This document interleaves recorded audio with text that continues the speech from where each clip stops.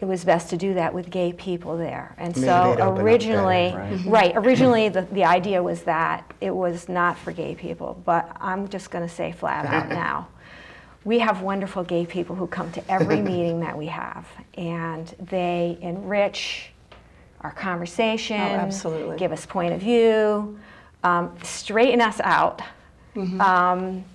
clarify things, give us perspective that we don't have as non-gay people, and that's really important to have. You know, we want to do what's right for our family and friends, and we can do that best when we have a really nice variety of points of view. Yeah, and, so I wanted to make sure everybody knew that. Right. And that's, our own organization, we certainly would welcome parents and friends and supporters, and it certainly is in our mission statement. But it's hard to sort of get them involved. You guys have obviously done a very good job of that, and I'm a little jealous. But it's a process, really, and the group gets big and the group gets small, and that's just the nature of the way things are. You know, when there are people that need support and need help, the group gets bigger. Sure. And then once people are comfortable and they don't have as many questions and they feel really secure, you know, then they go off and then more people come in. So we're really in the business of putting ourselves out of business. Right, right. You know, which is kind of an interesting thing. Yeah. That's sort of a common thread in this, in our particular part of the world, I think. It'd be nice if these kinds of support groups weren't needed. Yeah. No, but you know, they are. They are, and at least for us, we meet at 6 o'clock and we have a potluck supper, and then afterwards we have our regular meeting, and it really is as much a social event, and you know, we get together and we enjoy being with each other and talk openly and comfortably, you know, over a nice meal, and then we discuss issues. Sure. Some of the most important things get discussed over dinner. Oh, yeah. Before the meeting even happens. You know, in a really nice, easy, and open and informal setting.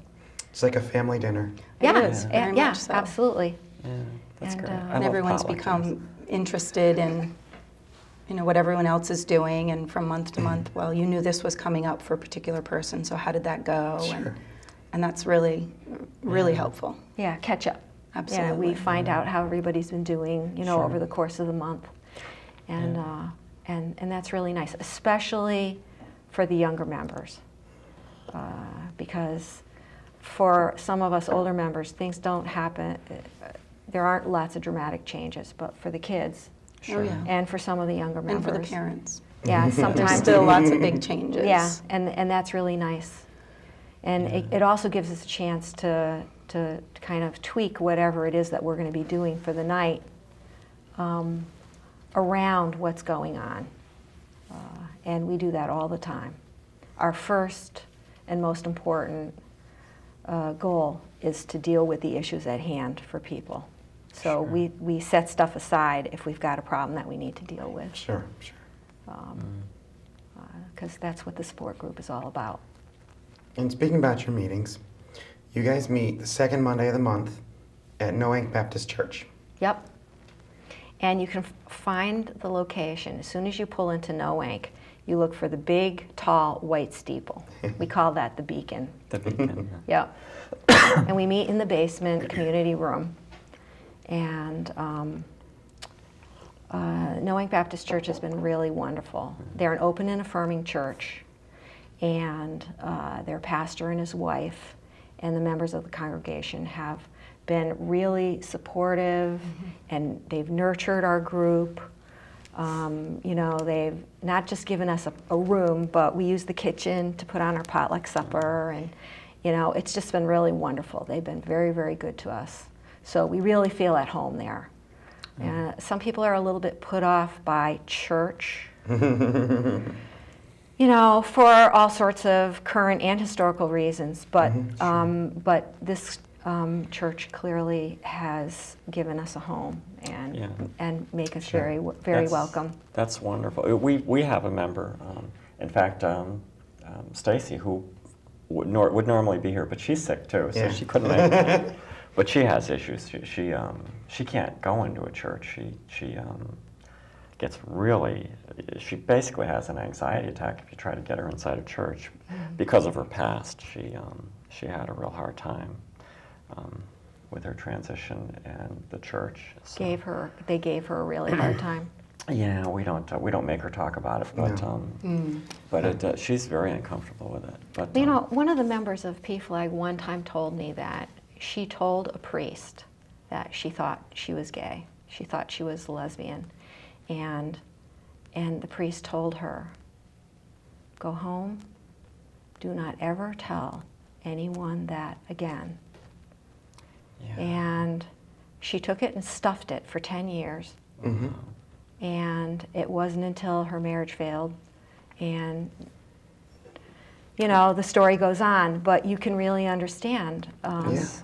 what a big deal it is for someone Yeah. like that to trust Exactly. and, you know, accept or even come into a church again. Yeah, we hear that story a lot. Yeah. You know, And then we've had completely the opposite experience for the reasons we talked about earlier. Yeah. I have a very good friend who is a Catholic priest, and he's been nothing but supportive of, you know, my family and Sean, and that's meant the world to us. oh sure. So. Sure. Yeah, it's and there's a lot of that out there. We've seen a lot of that. Certainly, Yeah. we have very close ties with a Religious priest, figures. with a priest who should be watching, Hi Father, who has been very, very good to us, and we love him dearly.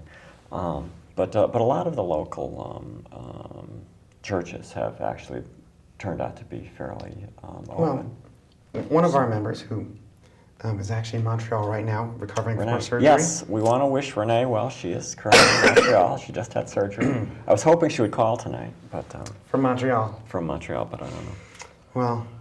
Well, she ended up coming out to one of the priests in her church, Roman Catholic Church, and he told her it was unacceptable. And she went across town to another church, and he said, absolutely, I want you to come to Mass. So an entirely different reaction Right, Yes. from a different person in a different Right. place. right. Well, you know, these are the kind of issues that you have to take one person at a time. Yeah, And be you really really do. careful not to assume that because one person or one group over here, you know, is unaccepting, that you're going to find, you have to be really careful about not Yes. making generalizations. Right, Yeah. right. I think it's better. Yeah. I think it's better than it used to be. Oh, definitely. much so. Yeah, You know, we've had very good experiences here in this area. We certainly have. Mhm. And we Yeah. have a phone call. I'm pretty sure I know who this is. But anyway, I'm going to take this call, and then I want to talk about you and your son and how that all Great. went, and how that continues to go, and Okay. get some details before we get too far Yeah. afield Great. here. P-flag in action. But yes, anyway, I'm going to take this call. Good evening, NLC Trans. You're on the air. Hi, what does that mean you think that you understand who the call is? Well, okay, I was wrong. I thought it was somebody I was just talking about. Anyway, good evening. Okay, well, I have called before, Okay. because there's a lot of issues I really don't understand. However, I support whatever all of us may be, and that's fine. I had a brother who was gay. He passed away years ago. Right. And I used to say to him, you know, from time to time, what's the issue with coming out? And, you know, I never really got that answer complete. Sure. I've been married for 44 years, and tonight is our anniversary. Well, happy Happy anniversary. We've been enjoying all day, and we'll enjoy the night. But what I really don't, what's the deal with, I'm just curious, there are all kinds of operations that change us, from Sure. heart attack victims to sex changes to whatever it may be. What about voice?